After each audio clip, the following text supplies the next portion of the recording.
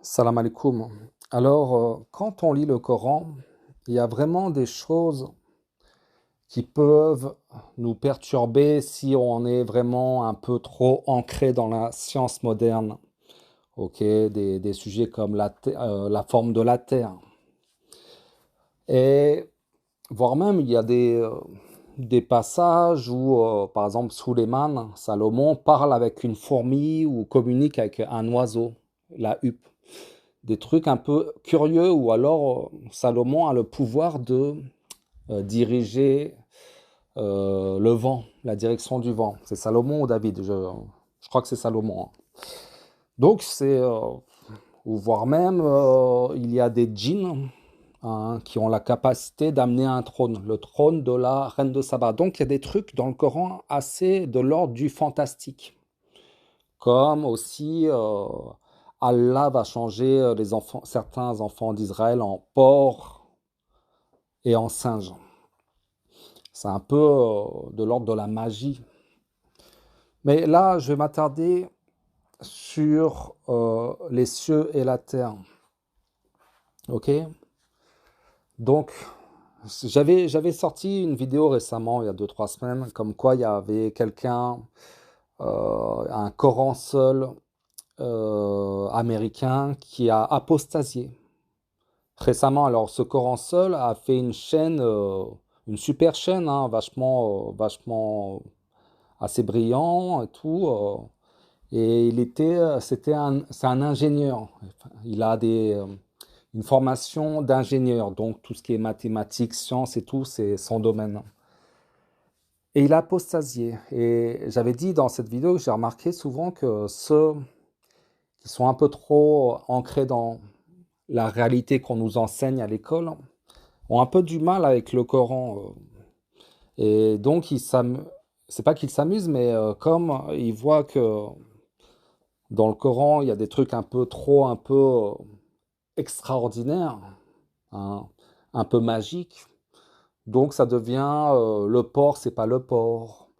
Euh, Ça devient ouais, ça c'est une fausse traduction, ou ça veut pas dire ça, ou alors euh, Ma- Marie, Myriam, la mère de Issa, fils de Mariam, c'est pas, elle n'a pas eu, voilà, elle a eu un rapport pour avoir Issa, fils de Mariam, parce que sinon, voilà, ça colle pas à leur désir de rationalité.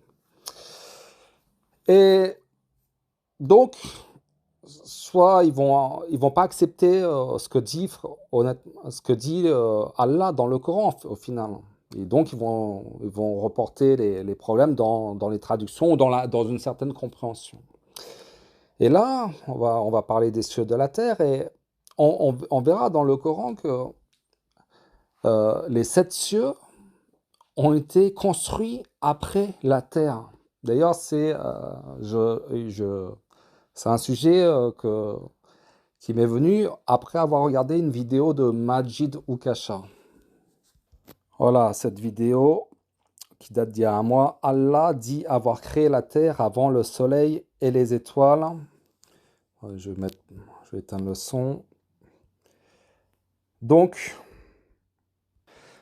Majid Oukasha a dit non, non, le Coran, ça ne peut pas venir de Dieu parce que la science moderne, qu'il gobe, nous dit le contraire, qu'il y a eu un Big Bang, que le soleil c'est une étoile, etc., etc. Et c'est vrai, après on va aller voir les versets qu'il pointe du doigt, mais c'est vrai que, par exemple, quand Allah parle du ciel et des 7 cieux, il parle d'une construction, hein. D'ailleurs, Sam Guerins, dans ses notes, dit: le Coran décrit de manière consistante le ciel comme une structure, comme quelque chose de construit. Et c'est vrai que le Coran nous parle des cieux et de la terre, enfin plutôt du ciel et des 7 cieux, comme une construction. 51-47, le ciel, nous l'avons construit par notre puissance. 78-12, et construit au-dessus de vous 7 cieux, entre parenthèses renforcées. 79-27, êtes-vous plus dur à créer ou le ciel qu'il a pourtant construit? 91,5 et par le ciel et celui qui l'a construit. On parle d'une construction, ok? Et là, dans les versets 41, 9 à 12, donc c'est les versets que Majid Ukasha a utilisés pour donner l'ordre chronologique de la création des cieux et de la terre et de la construction des 7 cieux. On va lire ces versets. On voit que d'abord, on commence par la terre.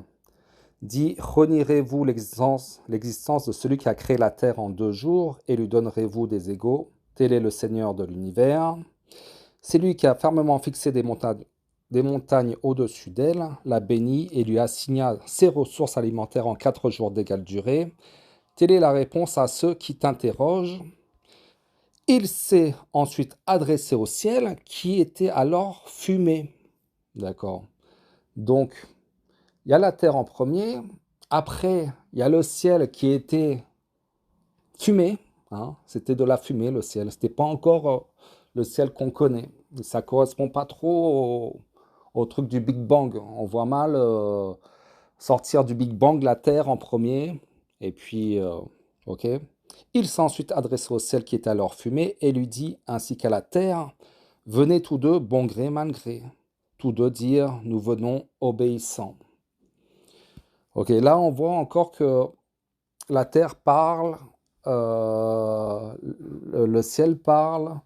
On verra aussi que il y a des versets dans le Coran qui nous disent que nos jambes, nos mains, nos bras vont parler, en tout cas pour les négateurs, vont parler, vont témoigner au jour du jugement. Ok, et je continue verset 12. Il décréta d'en faire 7 cieux en 2 jours et révéla à chaque ciel sa fonction. Et nous avons décoré le ciel le plus proche de lampes, entre parenthèses étoiles, et l'avons protégé, tel est l'ordre établi par le puissant, l'omniscient. Donc, en premier, il y a la terre. En deuxième, le ciel qui n'était que fumée. Allah dit, venez tous de bon gré, mal gré. Et ensuite, Allah décréta d'en faire 7 cieux en 2 jours. Ok? Et le ciel le plus proche, il y a 7 cieux, mais le ciel le plus proche, c'est là où il y a les étoiles. C'est dingue. Ça ne correspond pas déjà. Ça ne correspond pas à ce qu'on nous apprend à l'école. Et en plus, on nous apprend à l'école que la Terre, c'est une étoile. Alors, j'avais fait une vidéo il y a plus de 2 ans qui se nomme La Terre plate, la Terre est plate, science d'Allah versus science du diable, choisis ton camp. Et je vais peut-être mettre le lien voilà, si ça vous intéresse. Ou c'est vrai que quand vous lisez beaucoup de versets qui parlent des cieux et de la terre, des diables qui essaient d'écouter ou qui n'arrivent pas à sortir, on imagine d'un dôme infranchissable, ou quand ils essaient d'écouter, il y a une météorite qui les attaque. Donc je parle de tout ça dans cette vidéo. Et là, on voit cette image que les étoiles sont à l'intérieur du dôme, ou alors dans le premier ciel. Et donc voilà. Après, il y a certains sujets comme par exemple 65-12, Allah qui a créé 7 cieux et autant de terres.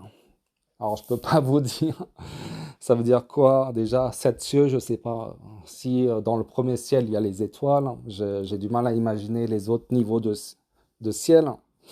Mais et autant de terres, alors je sais pas, c'est peut-être des strates terriens, mais aucune idée. Il y a des choses, voilà. Je- certains donnent des explications scientifiques, l'atmosphère, je ne sais quoi, mais moi, j'ai pas, quand j'en sais rien, je dis j'en sais rien. Voilà, c'est le genre de truc qu'on peut trouver, premier ciel, deuxième ciel, troisième ciel, etc. Le trône de Dieu. Donc, après, peut-être c'est des couches de terre, mais Dieu sait mieux. Et on voit que là, il y a les étoiles à l'intérieur.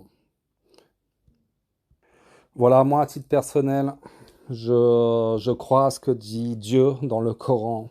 Je ne crois pas à la science moderne. Et ça me va très bien. Je vous dis à bientôt, Inch'Allah. Salam alaikum.